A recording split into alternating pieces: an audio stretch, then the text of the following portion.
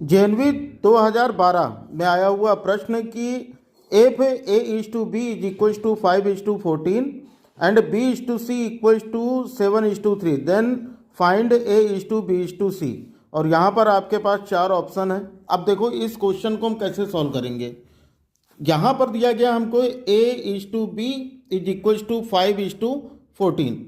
अब यहाँ पर एक चीज़ ध्यान दो कि यहाँ पर भी बी है और दूसरे वाले में भी बी है।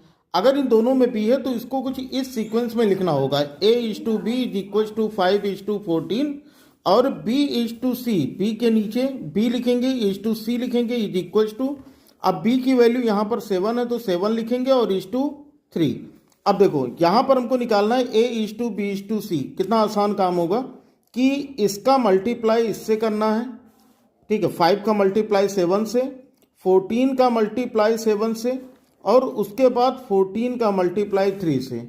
बस आपका A is to B is to C का रेशियो आ जाएगा। कैसे करना है, 5 7 जा 35, ये हो गया। 14 7 जा 7 4 जा 28 और ये हो गया 98। 14 3 जा 42।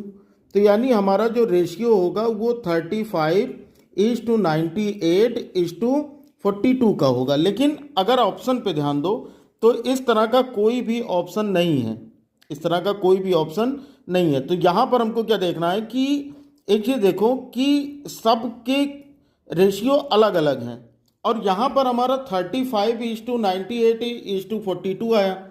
अगर हम देखें तो ये जितने भी नंबर्स हैं ये सारे 7 से डिविजिबल हैं। जैसे अगर हम 7 से डिवाइड करें 35 को तो 7 5 जा 35, इसको करोगे तो 7 1 जा 7 और 7 4 जा 28 और इसको करोगे तो 7 6 जा 42। यानी कि 5:14:6 इसका रेशियो होगा। सिंपलेस्ट फॉर्म में करने के लिए इसका कॉन्सेप्ट ये है कि इन तीनों नंबर को एक ही नंबर से डिवाइड करना होगा। अब देखते हैं कि हमारे पास ऑप्शन है या नहीं है। तो यहाँ पर देखो 5:14:6 यानी कि हमारा बी ऑप्शन जो होगा ये बिल्कुल करेक्ट होगा। तो इस तरह